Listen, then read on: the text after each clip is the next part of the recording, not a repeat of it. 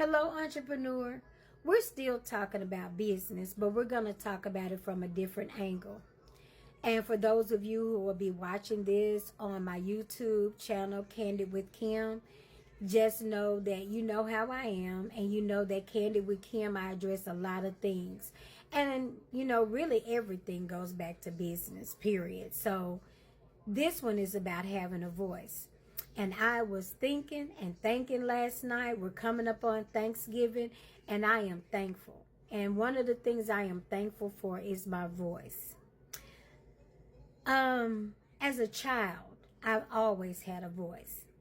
Being born in the late 60s, I was born at a time where, you really didn't question your parents. You didn't say things, but my parents gave me a voice. I was always outspoken. I was always saying what I thought. I was always expressing how I felt. And I was encouraged to do so by both of my parents. And I am so glad and grateful for them as visionaries because they gave me a voice. When you get a voice and you get it that early, guess what you're able to do? You're able to practice it. You make mistakes. You correct the mistakes. But you only get better at having a voice. I was always standing up in front of people, whether it be making a report at church or speaking up or saying what I felt in a room. I was never that one that gets in a room and I would just be quiet. I was going to have something to say, and I was comfortable saying it. Even as a kid, there were times where other children would push me up, or, not even as a child, but as an adult, because I was outspoken, I could easily be manipulated to be the big mouth one that would speak and say things and get in trouble. That's where you learn to correct, to,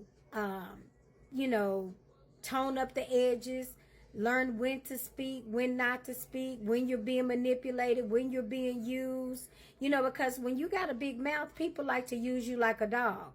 They want you to shut up and stop and not bite them. But if it's somebody they don't like, the same action that they will correct and that they will discipline, they'll say, go, yeah, get them told. Because at that point it's funny. So I had to learn how to use my voice.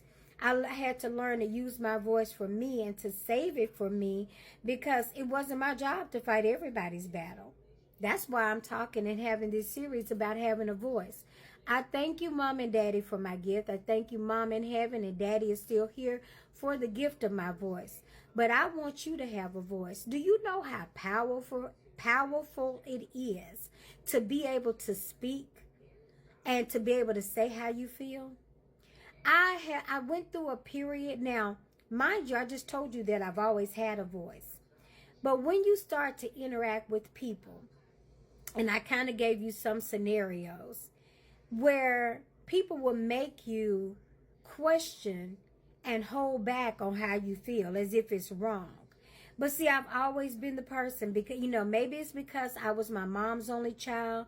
So in a lot of my life, I was raised as an only child. So I got used to speaking my mind. I got used to being alone. I got used to being the person who would speak up. But when you're the person that speaks up, it can be lonely, because they may feel the same way you feel, but they will leave you out there to see how it's going to work before they say something. But as I watch, as I talk to friends, as I look at people, I cannot imagine not having a voice, not being able to say how I feel, not feeling comfortable to say, no, I don't want to do that. No, thank you. Or just no, because no is a complete sentence by itself. Being able to express, well, I don't really agree with that, or I don't see it that way. Or, Kim, why aren't you doing? Everybody else is doing well. I don't see it that way. And because I don't see it that way, I'm fine if you go ahead and do it without me, but I choose not to. Once again, having a voice. Having a voice is so powerful and it's so freeing. And I'm not talking having a voice to just be angry or to just express. When you see now the platform of social media and you see so much hate and you see people being so vile and angry, you are seeing a lot of people who really haven't had a voice. Because when you don't really have a voice or you don't feel heard, you will hold things in. You will hold hurt in, thoughts in, ideas, and you will let them out at the worst times. And you'll let it out in the worst way, I should say. And it will, because it's bottled up and then it comes out. And by the time it comes out, it's too late for anybody to, pull it back. It's too late for anybody to say, hey, girl, you could have said it a different way. But it's all about having a voice. I am grateful, and you will hear me say this throughout this series as I talk about it. I am grateful to God that my parents gave me a voice.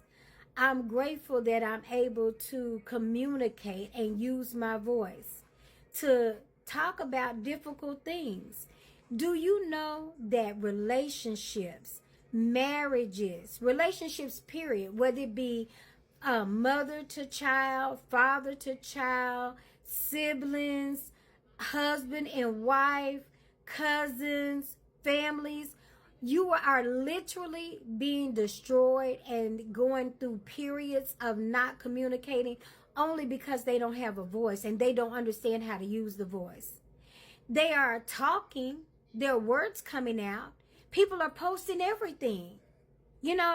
There's everywhere you see everybody has a voice, Kim. What are you talking about? No, they don't. Everybody has a social media platform. And with the platform, they feel comfortable saying things. That's why you see people on social media who are getting out here saying, oh my God, I feel like this. And then family members are going, what? I didn't know. Because they don't have a voice. Because we're not listening. Because we don't communicate. Because you have people who always want to censor what you're saying. They don't want to hear the truth. They want you to hide it. They want you to sugarcoat it. They want you to keep that hush hush. Let's not talk about that. That's a family secret. Oh, don't say that. Well, that doesn't make sense. They're still using the old school. Suck it up. Suck it up. Don't worry about that. Sticks and stones. No, sticks and stones will break your bones. And guess what? Words will destroy you. I don't know where that came from. I don't know how, and God only knows how long we repeated it. But one of the first things I learned early as I got to be an adult, no, stop saying that. Because while sticks and stones break bones, words destroy and demolish people. So we got to stop saying that. Words are powerful. The very world itself is still standing on the word that was spoken by the word of God. And we're created in his image. So when we speak words, we are speaking words that are not just now, but we're speaking words that go on and into our future.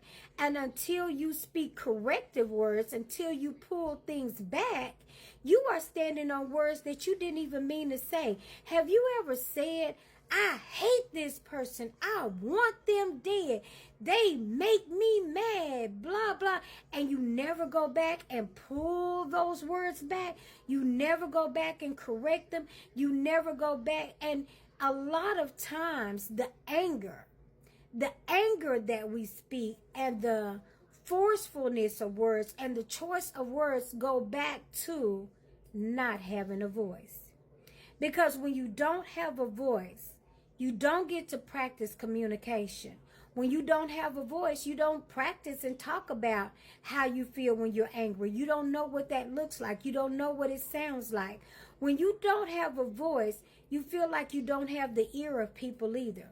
When you don't have a voice, you don't know how to speak and how to deal with conflict. So in your mind, just a simple no is now an argument when it's really not, because you're not used to having a voice. I want you to have a real voice. Not a voice where you hide, not a voice where you scream out of hurt, but just being able to communicate so that you're comfortable, so that you are free, so that you're just able to really live life to the fullest. It's been your girl, the Queen Bee. We're going to keep diving into voice. I'm sharing the acronym on here.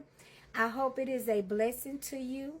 You'll see it. Make sure you subscribe. Drop your comments. I want to know what you think about having a voice. Bye-bye.